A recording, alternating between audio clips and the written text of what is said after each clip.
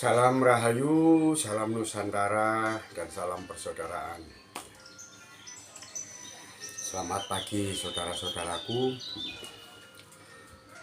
Jumpa lagi dengan saya Pak De Agus di channel pribadi saya, Darurat Spiritual. Kali ini saya akan bercerita tentang kejawen. Bukan cerita ya, tapi semacam wejangan. Kejawen itu apa ya? Kejawen itu banyak ya. Kalau kita sudah ngomong masalah kejawen itu banyak. Ya, bisa menyangkut orang-orang dari suku Jawa, ya, bisa menyangkut apa yang disebut dengan wong Jawa kari separuh gitu ya. Termasuk mantra-mantra Jawa, adat budaya dan kearifan lokal orang-orang Jawa ya. Nah, saya akan jelaskan dulu di bagian pertama ini tentang orang Jawa. Kejawen atau orang Jawa itu yang kayak gimana sih kalau menurut jenengan? Banyak orang-orang di luar itu saya dengarkan mereka bilangnya itu orang Jawa itu ya orang yang baik Pak De. Meskipun itu orang Cina, orang Belanda, kalau tingkah lakunya baik, ya itu orang Jawa. Makanya kan banyak orang itu bilang, iku masih Cina tapi wis koyok wong Jawa. Soalnya ambek orang itu selalu baik loh. Apa orang yang baik itu disebut orang Jawa? Lah ini loh yang membingungkan ya. Kok orang Cina bisa disebut orang Jawa, orang Belanda disebut orang Jawa selama mereka itu berbuat jahat. Itu kan dari kalimat-kalimat apa ya? Saya nggak ngerti ini kalimat apa namanya ya.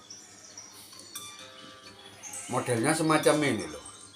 Kalau orang nggak baik dibilang katanya nggak Jawa. Tapi kalau orang yang baik misalnya sama orang tua, sama saudara, itu disebut untung aja kok dia itu Jawa sama orang tuanya, Jawa sama saudara-saudaranya. Nah ini kan bikin rancu ya, kok dihubung-hubungkan di situ tentang orang Jawa itu gimana? Ya, ya. Padahal di kitabnya itu sendiri yang saya tahu ya, yang disebut orang Jawa itu ya memang asli orang-orang yang terahnya itu darahnya orang Jawa. Ya, mau beliaunya itu tinggal di Sumatera, di Kalimantan, di Papua, sampai di Australia atau Belanda, ya di Eropa sana, tetap beliaunya ini orang-orang terah suku Jawa, gitu loh. Loh tapi kok ada Pak di istilahnya orang Jawa tapi nggak Jawa lah, nanti tak terangkan di bab yang berikutnya ya. Ya, ini dulu selesaikan ya. Ini dulu selesaikan.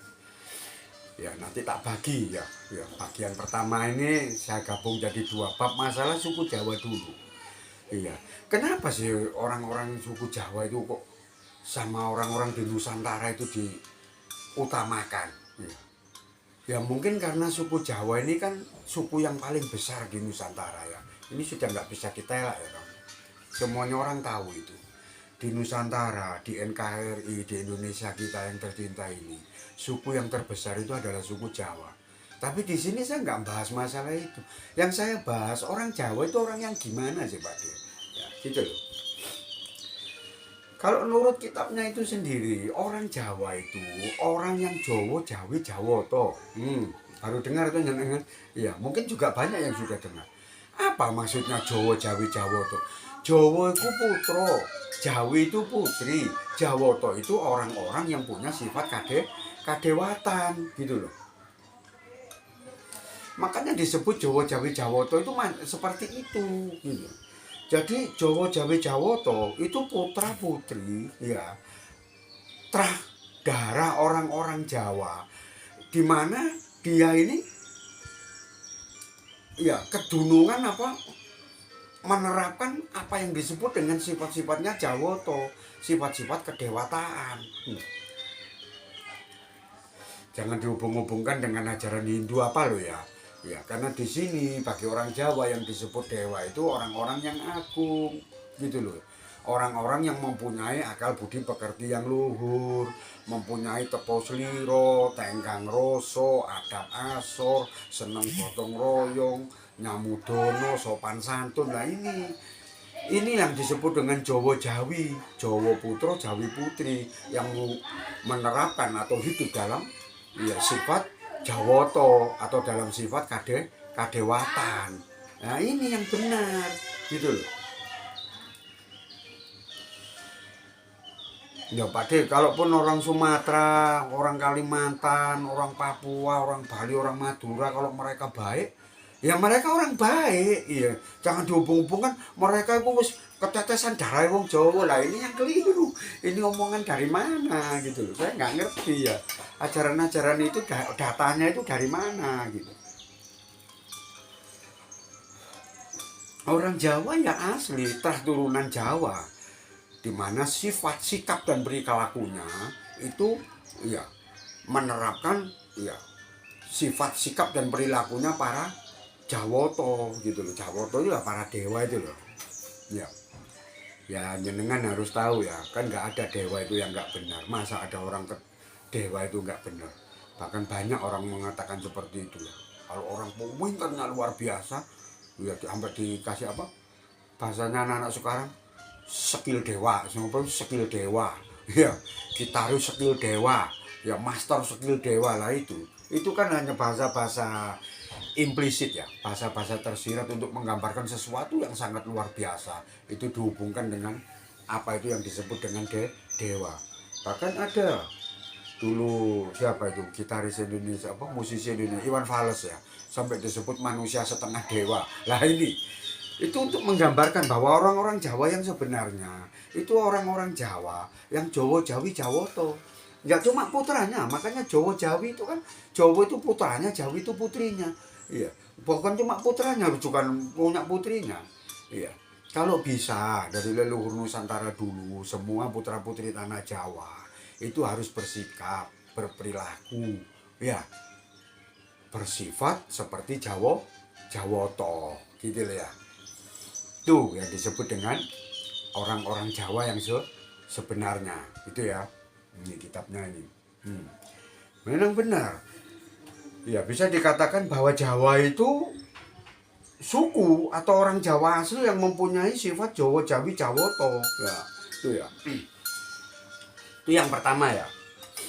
Terus yang kedua, ya. Di sini disebutkan apa? Wong Jawa iku ojo sampai ilang Jawane. Nah, ini loh ya, ini juga yang bikin rancu. Kadangkala saya sampai ketawa aja, orang ini dapat omongan dari mana, kok bisa ngomong kayak begini. Ya, ngomong apa waduh? Jenengan sering dengar ya, maaf ya.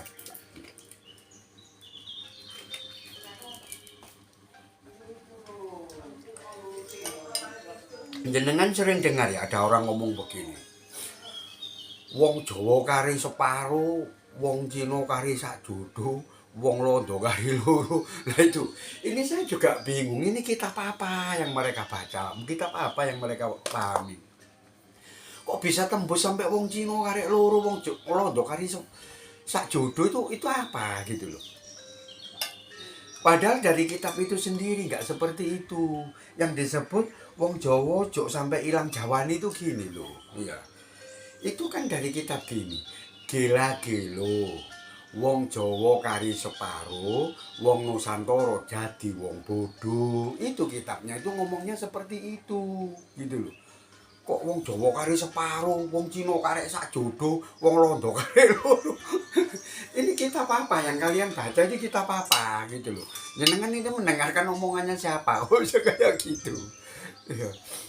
Itu asal mulanya itu dari kitab itu tadi. Yang benar itu gila-gilo ya. Gila-gilo itu apa Pak De? Itu bahasa Jawa ya. Gila-gilo itu tolak-tolek gini loh. Ini gila-gilo itu gini, orang bingung. Itu namanya gila-gilo. Ya. Gila-gilo wong Jawa kari separuh, wong Nusantara dadi wong bodoh. Ya.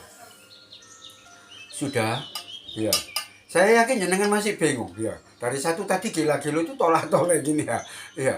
Terus wong Jawa kari separuh itu gimana sih Pak? Apa jumlahnya orang Jawa ini tinggal separuh gitu? Karena kemakan sama saudaranya yang dari suku Kalimantan, apa suku Dayak, suku Bali, suku Madura gitu. Enggak. Yang dimaksud dengan gila-gilo wong Jawa kari separuh itu gini loh. Orang ini lahir di tanah Jawa, ya katakan di Nusantara lah ya. lahir di Nusantara ya, khususnya di tanah Jawa. Ya, saya bahas Jawa aja ya. Kalau Nusantara nanti luas larinya ke Kalimantan, ke Sumatera, ke Papua juga ya.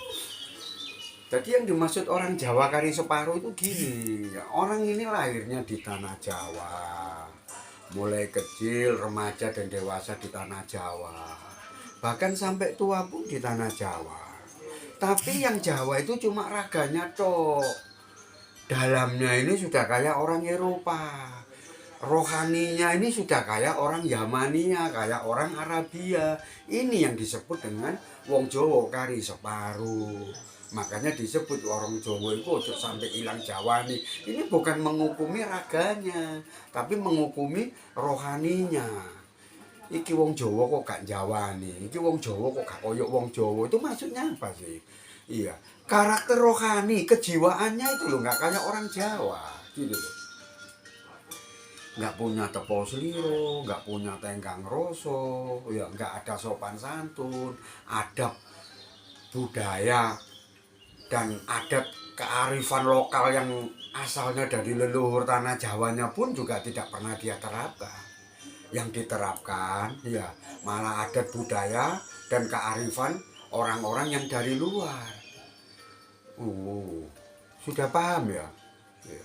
Itu yang dimaksud dengan wong Jawa kari separuh.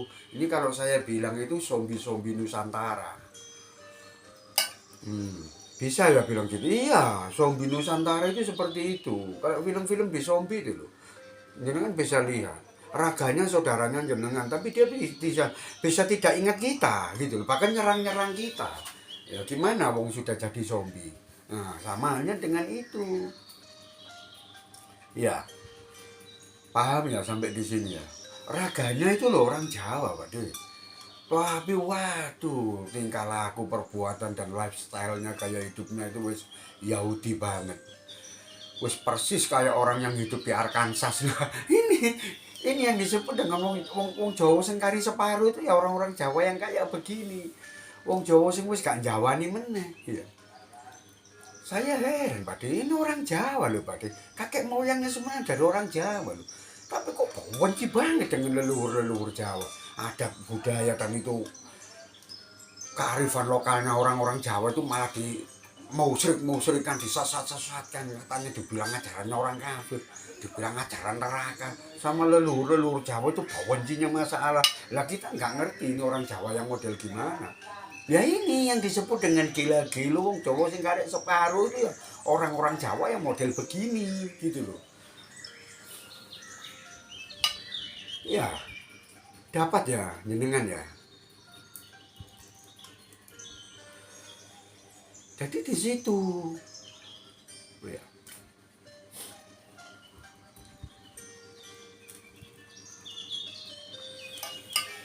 Jelas kan? Jadi yang pertama tadi, ya saya berbicara masalah terah sukunya orang Jawa. Orang-orang yang memang darahnya ini mengalir terah darahnya orang Jawa. Tapi sifat, sikap, dan perilakunya itu, ya kedunungan sifat, sikap, dan perilakunya para Jawoto. Ya.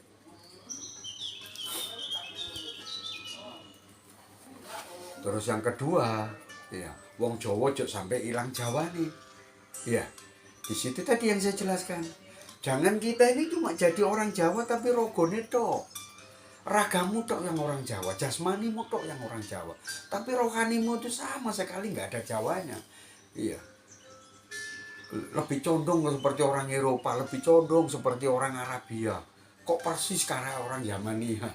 Lah ini yang disebut dengan wong Jawa sing ilang Jawa nih gitu loh. Jadi jangan dilarikan kok wong Cina kali sajodo, wong Londo kali loro. Wes itu omongannya orang Blakrak itu. Ya, malah bikin kita bingung. Ya. Karena nggak ada kitab-kitab di sini yang ngomongin itu nggak ada gitu. Sudah ya. Sudah selesai ya saudaraku ya. Nah, sekarang yang ketiga. Tentang ajaran-ajaran Jawa. Orang Jawa itu punya ajaran sendiri. Lah ini loh mungkin ya muara atau pokok permasalahan sehingga orang-orang Jawa itu sampai hilang Jawa nih. Ya. Orang Jawa itu punya ajaran-ajaran sendiri, ajaran-ajaran dari leluhur-leluhur suci dan juga dari guru-guru agung tanah Jawa. Ya. Baik yang berupa ajaran kaluhuran ataupun ilmu-ilmu kasepuan. Nah, ini orang Jawa punya. Ya mungkin ini muaranya karena anak-anak kita, ya saudara-saudara kita itu sudah tidak mau mempelajari ajaran-ajaran dari leluhur-leluhur suci atau guru-guru agung dari tanah Jawa ini, yang beliaunya itu sendiri hidup di masa lampau. Ya jadinya kayak sekarang ini. Mereka malah merasa nyaman mempelajari ilmunya orang lain, ya. Mereka malah merasa bahwa ajaran dari negara lain, ajaran dari apa itu namanya agama lain, ya, itu jauh lebih mulia dan itu jauh lebih benar daripada ajaran-ajaran leluhur-leluhur suci atau guru-guru agung tanah Jawa, ya. Ya bener, waduh, saya nggak mau belajar ilmunya orang Jawa. Itu dulu ada si kampret merah itu juga ngomong kayak begitu. Ya, ajaran orang Jawa itu ilmu-ilmunya itu kan kayak berupa mantra-mantra gitu coba deh. Nah katanya mantranya orang Jawa itu kan kayak mantra orang jahiliyah Pak deh. Kalau saya nanti baca mantranya orang Jawa malah sholat saya nggak diterima. Lah ini kalian didogma dan didoktrin dengan omongannya wong sekarat begini ini, ya. Padahal nggak begitu gitu loh. Mantra-mantranya orang Jawa itu nggak sama dengan mantra-mantranya orang jahiliyah, ya. Meskipun Rasulullah dulu pernah ya ngomong begitu, ya. Jangan sekali-sekali kamu membaca mantra. Ya, kalau kamu membaca mantra nanti sholatmu nggak diterima. Ya, dengan kamu membaca mantra itulah yang menyebabkan sholatmu itu tidak diterima. Ini maksudnya Rasulullah itu mantranya orang jahiliyah, nggak ada hubungannya dengan mantranya orang Nusantara. Loh kalau nyenengan ngotot seperti itu, ayo tunjukkan mana sih keterangannya yang Rasulullah itu ngomong seperti itu, gitu loh. Nah ini makanya saya bilang ini kan omongannya orang sekarat, gitu loh. Rasulullah nggak ngomong kayak begitu, tapi kamu terjemahkan kayak begitu, gitu loh. Seakan-akan mantranya orang Jawa itu ya wis kok podo karo mantranya orang jahiliyah itu Pak, mantra manggil setan, mantra manggil demit. Lah itu akal apa muaranya orang-orang Jawa sampai hilang Jawane itu karena itu. Karena sudah nggak ada lagi ajaran-ajaran leluhur, ilmu-ilmu kasampurnan atau kasapuan dari leluhur suci atau guru-guru agung tanah Jawa ini yang meresap ke kolbunya putra-putri Nusantara sekarang ini, gitu. Nggak ada, ya.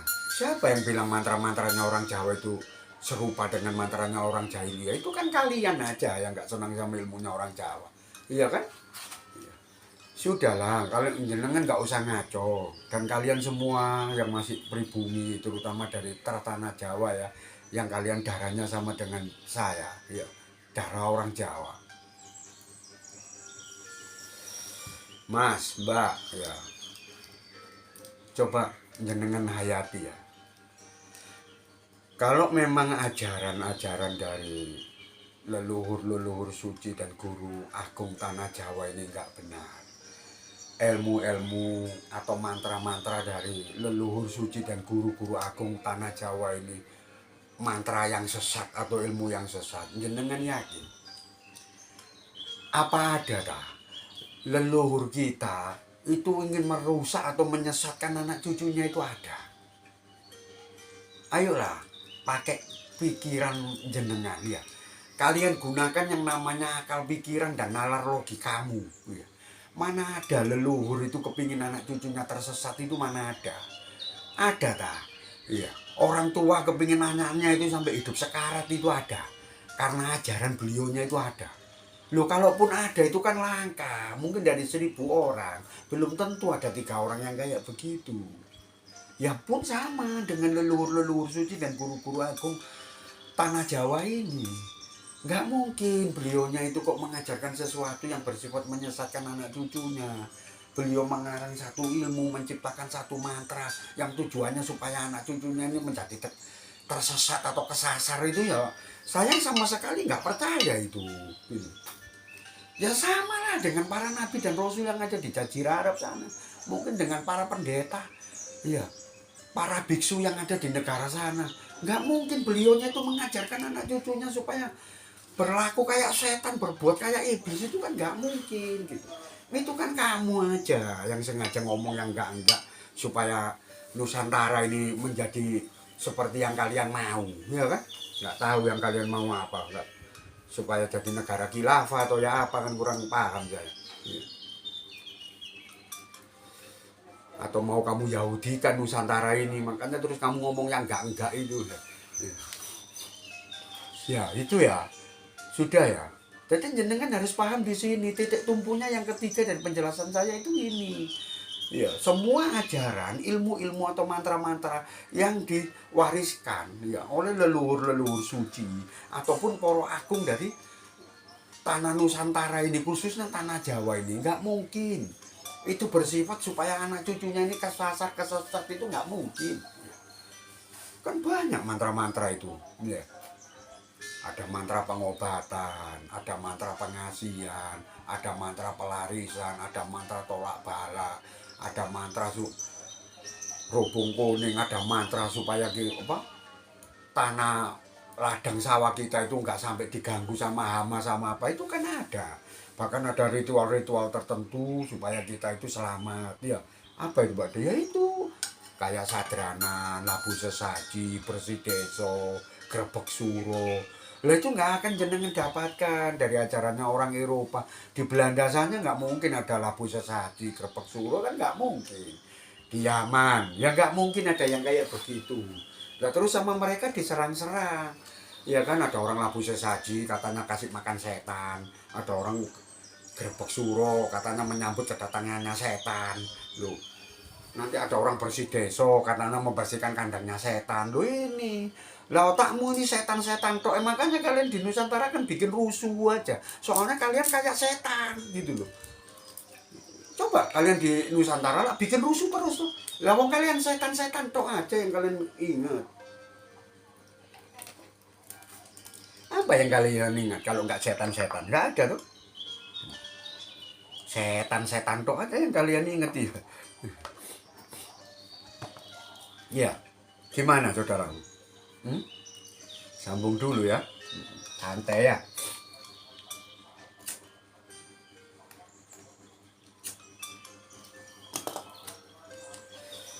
Nah itu.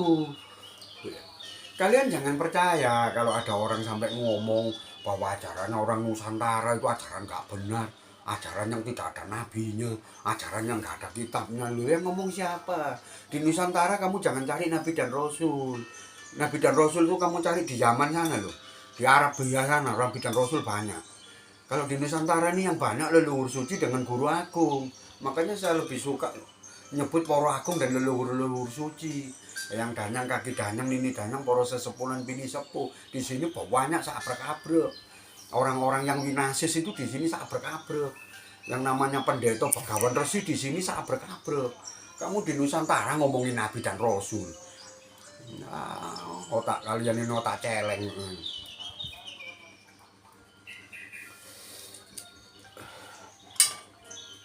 Iya, jangan ngomongin itu. Sudah? Ya, itu yang ketiga ya. Tadi yang pertama saya ngomongin apa? Mas Satra ya. Satra suku Jawa yang baik. Ya. Orang-orang yang menerapkan Jawi-Jawi Jawa, Jawa Jawi Jawa to. Ya, kemudian gila-gilo, wong Jawa kari separuh wong Nusantara jadi wong bodoh lah. Ini ya, mohon maaf, itu kelepasan. Saya balik lagi yang kedua tadi. Kalau Pak D bilang gila-gilo wong Jawa kari separuh seperti keterangannya Pak D tadi. Ya, wong Jawa sing rogone tok, ya orang Jawa yang jasmaninya tok, tapi rohaninya sudah kayak orang Yahudi, kayak orang Eropa, kayak orang Yamania. Lah terus apa hubungannya Pak D? Kalau orang Jawa tinggal separuh, kok orang Nusantara jadi wong bodoh? Gini loh saudaraku ya. Mungkin ini bisa disebut pendapat saya atau my opinion ya. Pemikiran saya. Tapi jenengan mungkin bisa menggunakan nalar logika untuk memahami apa yang saya maksud. Dari awal kan saya bilang Di Nusantara ini suku yang terbesar kan orang Jawa. Sampai detik ini pun yang namanya Jawa sentris itu masih ada. Ya, pemersatu Nusantara ini dulu itu orang-orang Jawa. Ya, nggak ada kan? Yang Gajah Mada itu dari Flores. Ada nggak orang Jawa Gajah Mada itu dari Lampung, dari Papua, dari Samarinda? Enggak toh. Yang Gajah Mada itu kan dari tanah Jawa. Beliaunya ini yang menyatukan Nusantara. Ya, pendek kata, Nusantara ini apa kata Jawa? Kalau Jawa sudah ribut, satu Nusantara pasti ribut. Tapi kalau Jawa ini tenang tentrem, ya adem ayem, orangnya pinter-pinter, ya bisa jadi orang satu Nusantara itu pinter-pinter. Makanya banyak filosofi, apa ya kalau bilang bukan filosofi ya, strategi rusak ya, busuk atau strategi bejat ya. Banyak orang yang ngomong seperti ini dan saya yakin jenengan akan sependapat dengan saya. Apa itu Pak? Kalau kalian mau merusak Nusantara, mau merusak Indonesia, rusak dulu orang Jawanya. Kalian bikin kacau di tanah Jawa, satu Nusantara pasti rusak, pasti kacau. Itu pendapatnya Pak D ya, bisa jadi ini pendapat saya. Bisa jadi ini pendapat saya, tapi jenengan pasti masih bisa pakai akal pikiran dan nalar logika jenengan. Omongan saya ini kira-kira masuk akal nggak? Ayo, bikin kacau dulu tanah Jawa, bikin bodoh dulu orang Jawa, nanti orang Nusantara pasti ikut kacau, orang Nusantara pasti ikut gobloki kayak orang Jawa yang sudah goblok itu tadi. Itu kitabnya di situ. Itu yang disebut dengan wong Jawa jok sampai hilang Jawane itu dari situ. Gila-gila wong Jawa kari separuh, wong Nusantara dadi wong bodoh dari situ dasarnya. Saya pikir omongan saya lebih masuk akal karena saya ada kitabnya. Nah kalau mereka ngomongnya pakai kitab apa? Omongannya nggak karu-karuan kok menjelaskan masalah ini. Ya. Ayo coba jenengan ulang-ulang lagi omongan ini. Apa YouTube saya ini? Jenengan resapi. Ya, benar nggak apa yang saya bicarakan?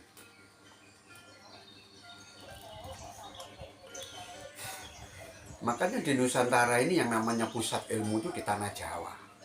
Pusat peradaban itu di tanah Jawa. Banyak kok. Saya sendiri juga pernah merantau ke sana kemari.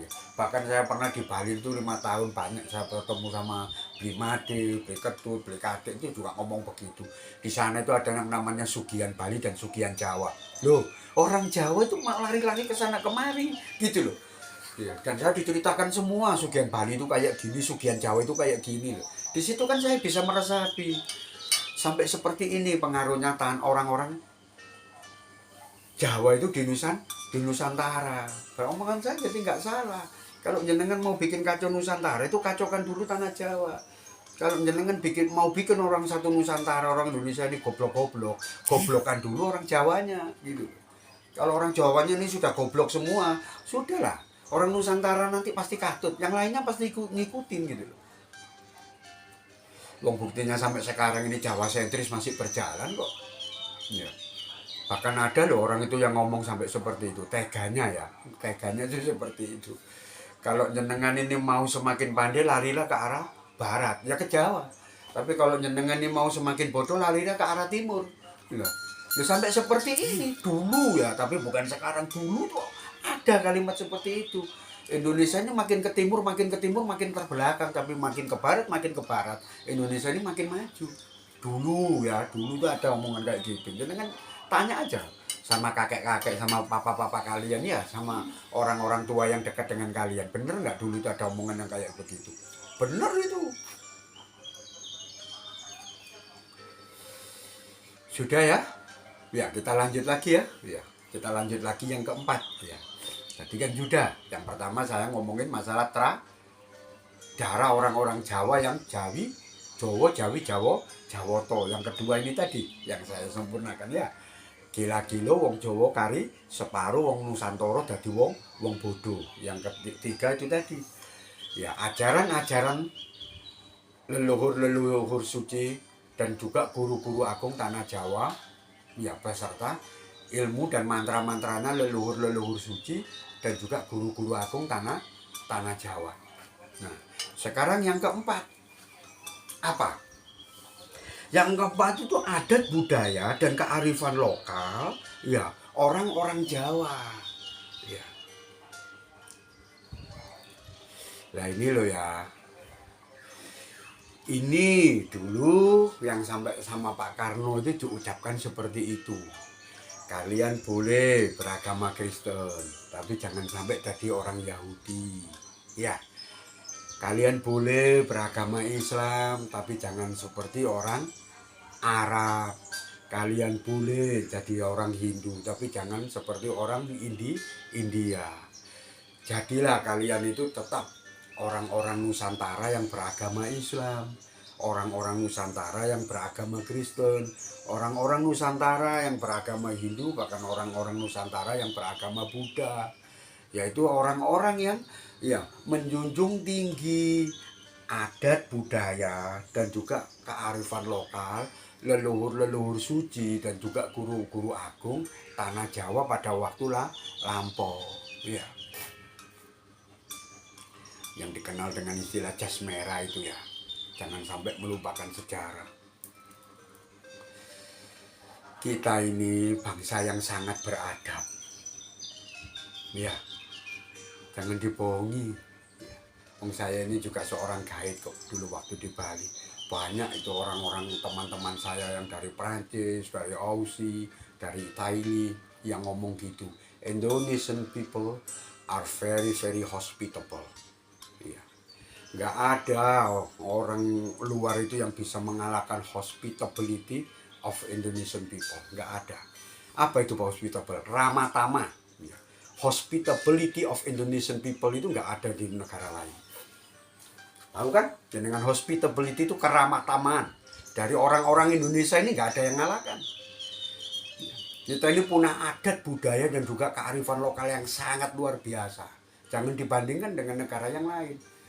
Wes meskipun itu Arab apalagi Yaman. Ya. Jangan dibandingkan sama sana.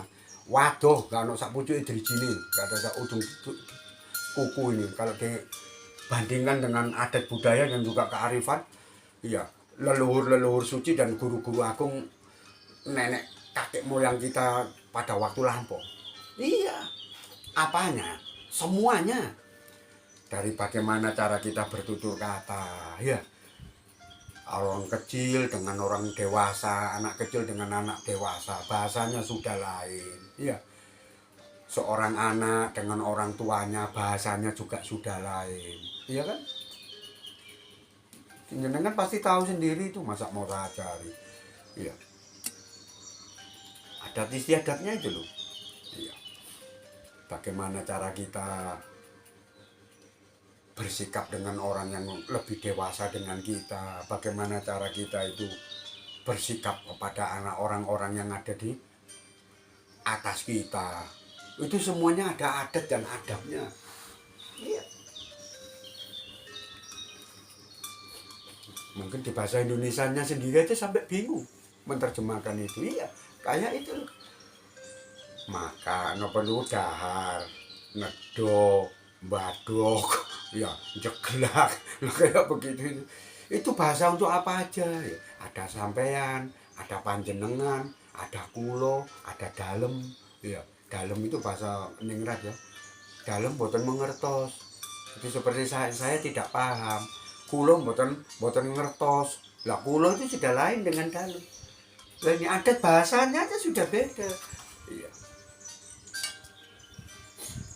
Iya. Apalagi perilaku. Perilakunya orang-orang tanah Nusantara ya, tanah Jawa ini waduh. Ya. Ya apa? Kayak jadi ingat omongannya Kang Mas Agil Sirot ya. Yang ngomong gitu saya waktu beliaunya di Arab sana itu naik haji atau umroh itu, di sana ada orang sujud itu loh, kepalanya dilangkahi. Kalau di Jawa nggak mungkin terjadi hal yang kayak begitu, nggak akan. Lo ada orang sholat itu loh, kita ngomong rame itu, pelankan sedikit, bapak lagi sholat. Iya, mas jangan rame-rame mas, kakak saya lagi sholat. Ada orang sholat itu loh, kita ngomong itu loh keras, disuruh melanin. Iya, jangan rame-rame mas, ada orang sholat. Lu sana itu orang sholat kepalanya dilangkahin ya apa? Kita nggak akan seperti itu. Lah ini bukti nyata dulur ya, di mana adat, ya budaya, ya dan juga kearifan lokal, ya yang ada di tanah Nusantara ini betul-betul luar biasa. Jangan dibandingkan dengan apa yang ada di negara luar, nggak mungkin kena gitu. Apalagi adatnya orang Jawa ya. Ya, saya bilang di sini adat budaya dan kearifan lokal itu kan karena semua orang Nusantara ya di Indonesia ini kan punya adat budaya dan kearifan lokal masing-masing, ya kan? Ya makanya dalam hal ini saya kecilkan di tanah Jawa aja lah. Adat budaya dan kearifan lokalnya orang Jawa Timur. Ya ini mungkin serupa dengan yang di Jawa Tengah, tapi nggak plek. Di Jawa Tengah ada ini, di Jawa Timur ada ini. Nah di Jawa Barat ya juga ada. Iya, iya. Kita punya persamaan dalam lingkup yang besar, tapi juga kita punya ya perbedaan dalam lingkup yang kecil. Nah ini yang saya sebut dengan adab-adat budaya dan kearifan lokal, tapi semuanya itu tetap ya, ajaran dari leluhur-leluhur suci dan guru-guru agung bumi Nusantara, ya bumi Jawa ini.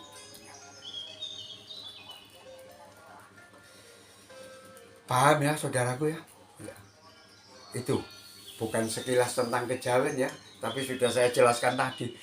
Ya, kejawen mulai dari atas. Ya. Mulai dari orang Jawa, mulai dari apa yang terjadi di tanah Jawa, masalah orang Jawa bisa tinggal separuh itu dari mana ya.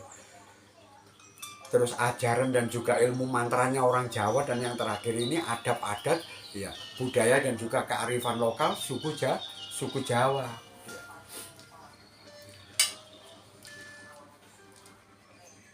Saya yakin jenengan bisa memahami lebih baik lagi sekarang ini tentang orang-orang Jawa itu yang kayak gimana, Jawa itu yang gimana sih gitu ya. Kalaupun jenengan sudah pernah mendengarkan penjelasan tentang orang Jawa dari orang lain, coba jenengan bandingkan dengan apa yang saya jelaskan. Bukan saya merasa lebih baik loh ya, bukan saya merasa lebih pintar loh, enggak.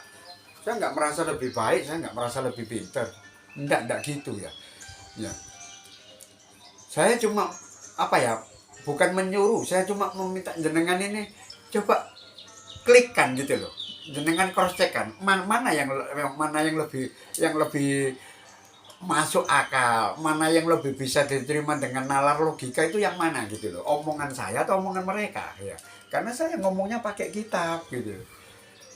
Kalau beliau-beliaunya itu nggak tahu, mungkin dapat sumber dari omongan ini, dari omongan sana, omongan itu ya. Ya. Kalau saya pribadi dari kitab ya. Itu penjelasannya saya tentang apa itu yang disebut dengan kejawen ya. Cukup ya saudaraku ya. Salam Rahayu, salam Nusantara, dan salam persaudaraan.